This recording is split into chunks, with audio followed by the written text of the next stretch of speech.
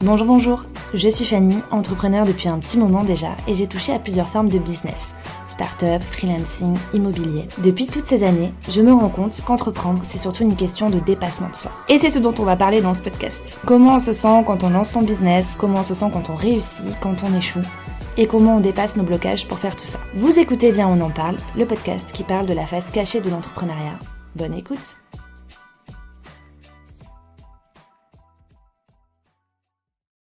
Bonjour et bienvenue dans ce nouvel épisode de podcast, épisode dans lequel je suis toute seule pour vous parler d'un sujet qui me tient à cœur. Et ce sujet, c'est l'introspection dans son business. Il faut savoir que je sors d'une grande période d'introspection dans mon business, une période qui a duré plusieurs mois et une période qui a été hyper importante.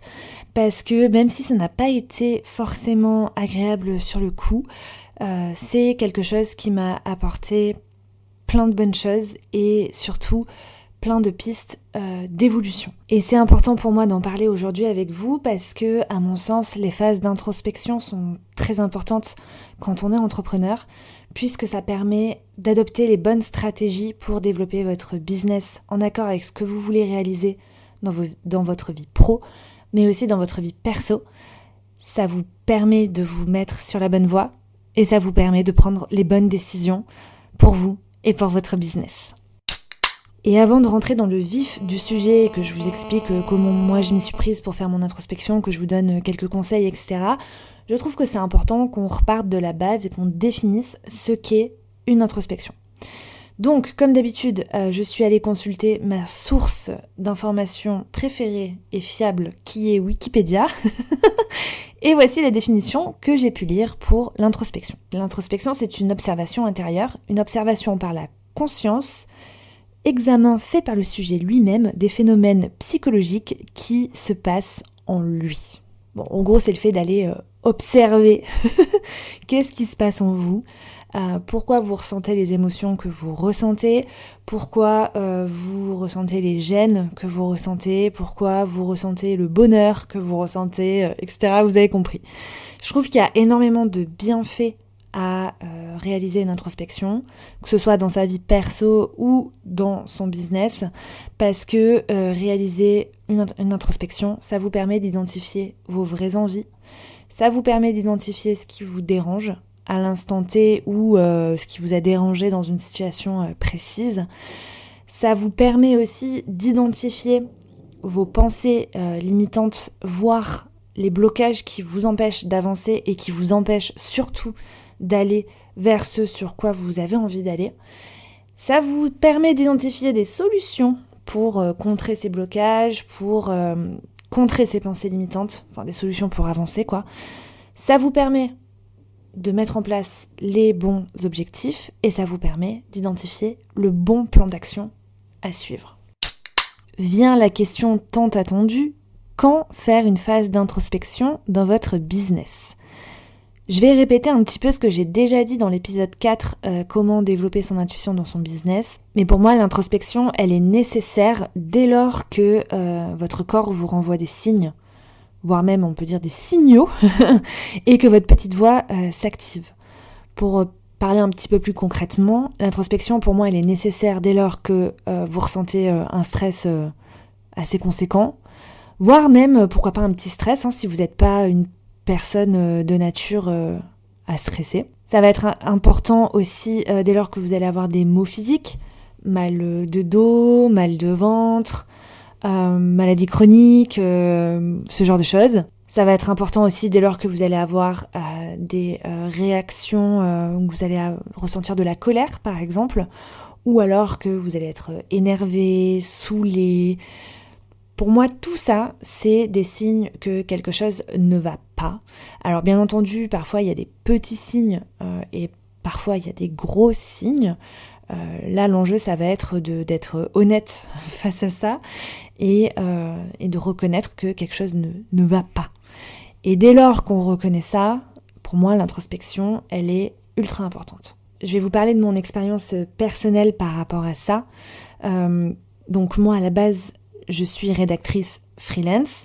Il y a eu un moment où j'ai commencé à en avoir marre de rédiger moi-même les contenus pour mes clients. Et puisque mon activité se développait, j'ai embauché quelqu'un. Sauf que à un moment donné, même si ce n'était plus moi qui continuais de rédiger les contenus, etc., j'ai recommencé à sentir une sorte d'agacement et d'être saoulée, etc. Jusqu'au point où, en fait, tout mon business entier me gonflait. Désolée s'il y a des clients qui écoutent ça, mais c'était vraiment ce que j'ai traversé. C'est pas normal quand on est à son compte. Alors c'est normal d'être saoulé de temps en temps par une mission client ou un client en particulier, parce que voilà, c'est les relations humaines. Parfois on peut tomber sur des gens pas faciles à gérer, ou on peut être tout simplement fatigué, être dans une phase où, par exemple, du cycle menstruel, si on est une femme, etc. Bref, si c'est des petits événements ponctuels, je vois vraiment pas de mal à ça. Par contre, si c'est quelque chose qui revient de manière récurrente, comme c'était pour moi mon cas, pour moi, il y a quelque chose qui ne va pas. La vérité, c'est que pour mon cas, mon activité ne me convenait plus. Je n'avais plus envie de faire ça. Et j'ai ignoré les signes, j'ai ignoré jusqu'à être agacée au point de vraiment plus en pouvoir et de vraiment plus avoir envie du tout de travailler sur les missions de mes clients. C'est là où je me suis dit, bon, c'est nécessaire de faire une introspection maintenant, et je pense que c'est parce que j'ai attendu autant de temps que mon introspection a mis autant de temps à se faire. Donc, si mon exemple résonne un petit peu en vous, sachez que c'est pas bon de trop attendre. Si vous voyez qu'il y a quelque chose qui vous gonfle dans votre activité ou qui ne vous rend pas totalement heureux, qui ne vous rend pas content, je sais pas comment expliquer, mais quelque chose qui fait que vous avez de moins en moins envie d'ouvrir votre ordi et de vous mettre à travailler, c'est qu'il y a un truc qui cloche, quoi. Et c'est vraiment à prendre au sérieux, parce que si vous laissez trop traîner, ça risque d'être plus compliqué pour rattraper derrière. Un autre cas aussi, donc pareil, je suis concernée par ça puisque ça sort de mon expérience personnelle, mais un autre cas aussi, je pense, qui nécessite une introspection, c'est lorsque vous essayez de mettre des choses en place et que vous n'allez pas jusqu'au bout des choses. Donc là encore, je peux vous renvoyer vers mon épisode de podcast qui parle de ça. J'ai oublié le numéro. La fille oublie son propre podcast, super. Je crois que c'était l'épisode 3. Pas du tout, c'était l'épisode 2. Pourquoi je ne vais pas au bout des choses. Ça aussi, je trouve que c'est un bon exemple pour réaliser une introspection. C'est-à-dire que quand vous vous dites, tiens, là je vois une opportunité, ça me botte bien, vous commencez à taffer là-dessus et en fait vous n'allez pas au bout du projet. Là aussi ça mérite une phase d'introspection, surtout si ce projet ça vous donne vraiment envie et si vous revenez régulièrement là-dessus. Je m'explique, moi pendant 4 ans je dirais, j'ai eu envie de développer des accompagnements et je l'ai fait de manière ponctuelle. Chaque fois, j'ai mis en place des choses pour pouvoir me libérer du temps sur la partie prestation de service de mon activité. Et à chaque fois, je ne suis pas allée jusqu'au bout pour pouvoir réellement lancer des accompagnements. Ou alors, je trouvais des solutions détournées, comme par exemple, je suis devenue prestataire pour une école en ligne. Et donc, à chaque fois, j'ai trouvé le moyen de ne pas aller jusqu'au bout de ce projet. Et pour autant, chaque année, pendant 4 ans, même plusieurs fois par an, j'ai remis ce projet sur la table.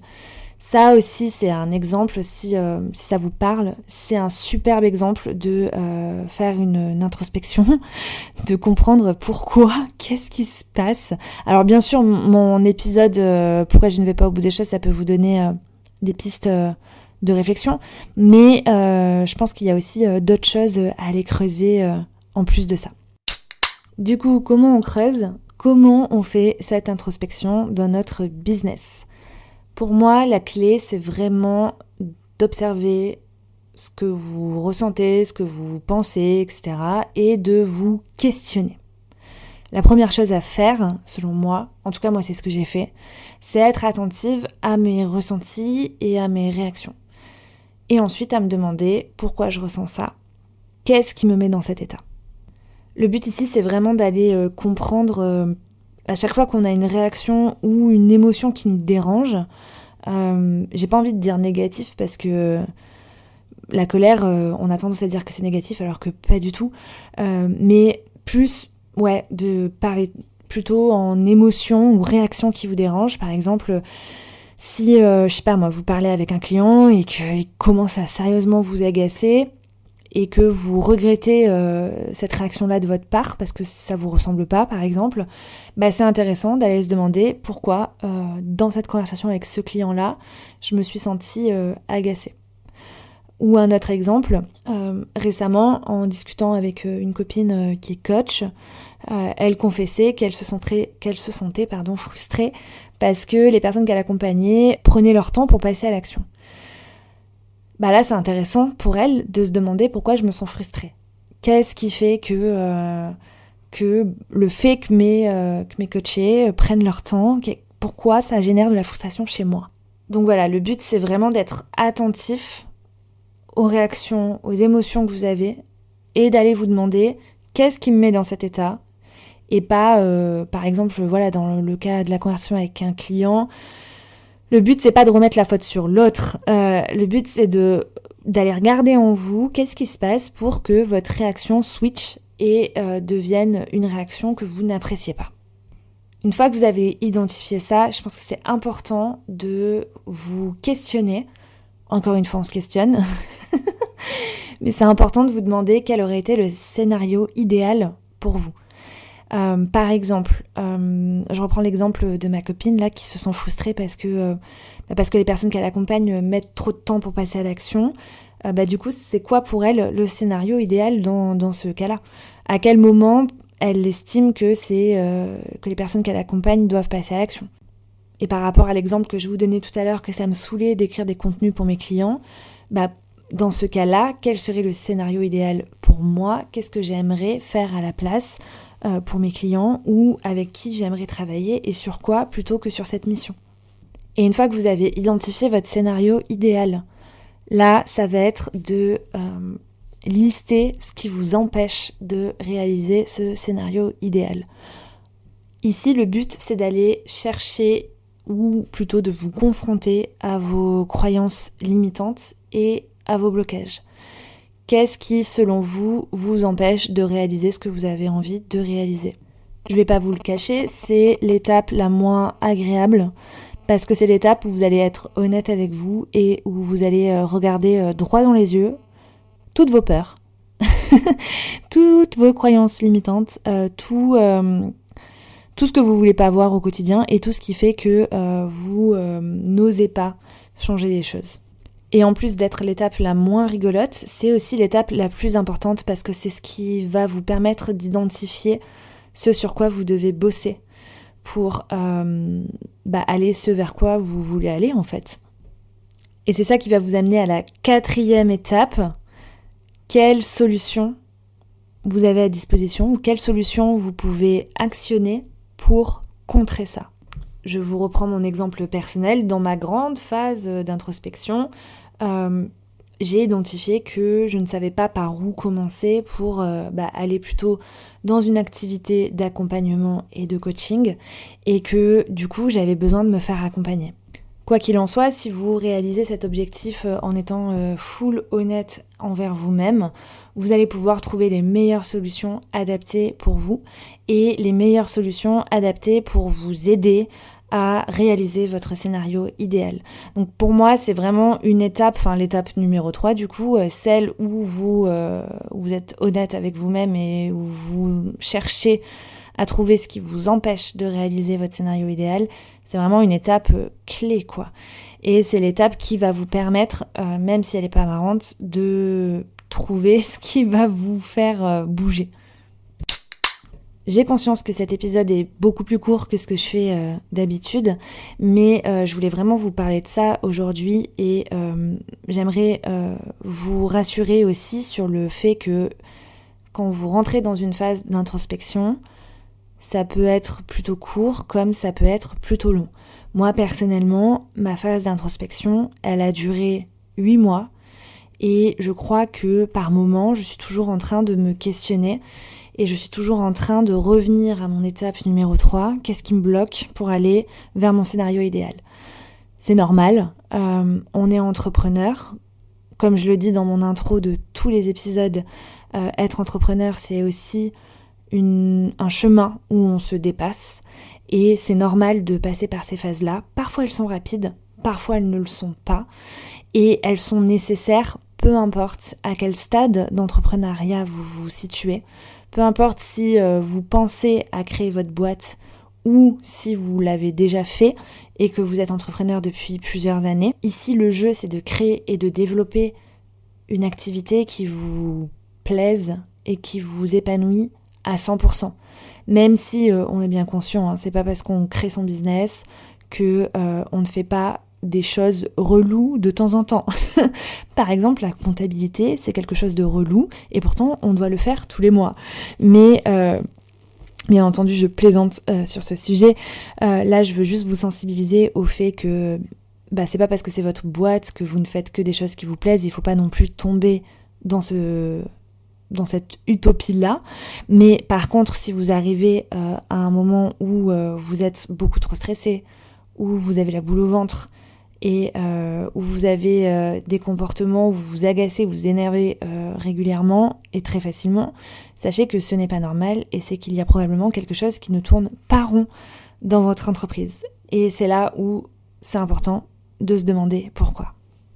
Voilà pour cet épisode de podcast. J'espère sincèrement qu'il vous a plu et qu'il vous a été utile. Si c'est le cas, et que vous avez envie de soutenir ce projet, je vous invite à laisser un avis via la plateforme d'écoute que vous utilisez, 5 étoiles de préférence. C'est clairement ce qui m'aide le plus. Sur ce, merci de m'avoir écouté. Je vous dis à très vite. Prenez soin de vous. Ciao, ciao!